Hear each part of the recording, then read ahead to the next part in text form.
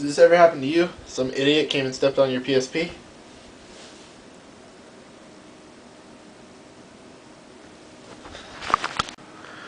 Alright, well, thanks to eBay, when someone breaks your screen like this one right here, this is my friend's PSP, by the way, not mine. He gave it to me because he stepped on it.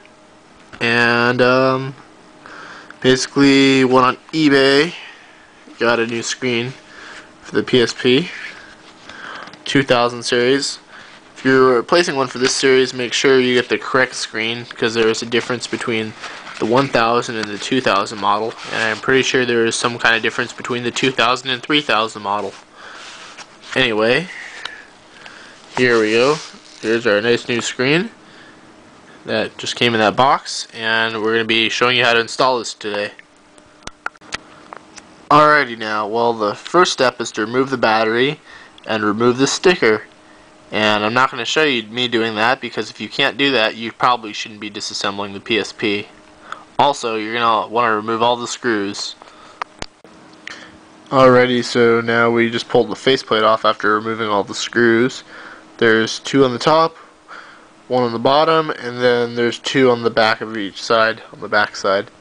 And pulled the faceplate off, as you can see.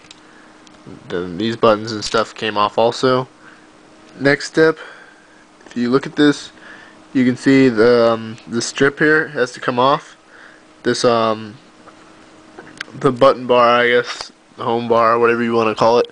And pretty much, if you look on this side, there's a little groove, like a little kind of tab type thing. You just gotta kind of lift it out carefully, not to break it or anything. Just lift it out carefully, and then this whole bar will come off.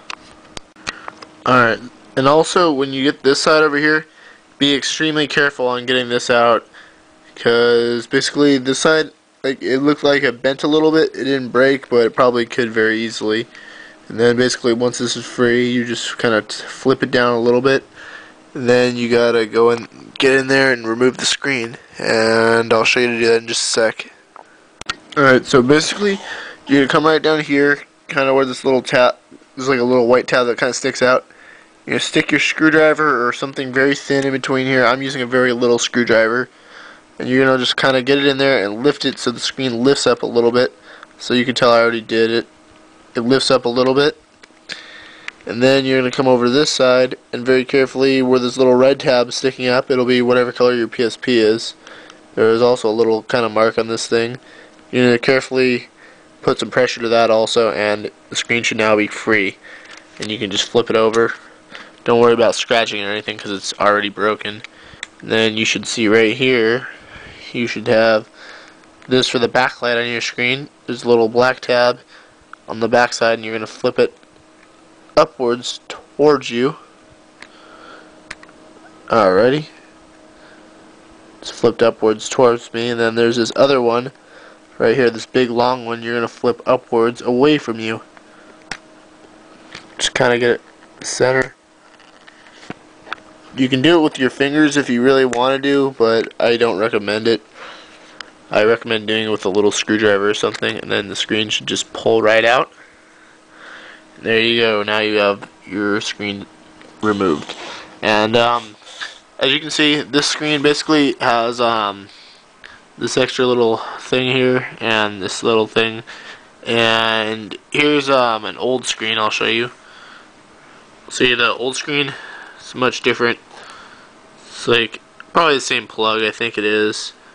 Yeah, it looks like it's exactly the same plug, just does all this extra stuff, and it's much thicker than the newer screens, so it won't fit, obviously.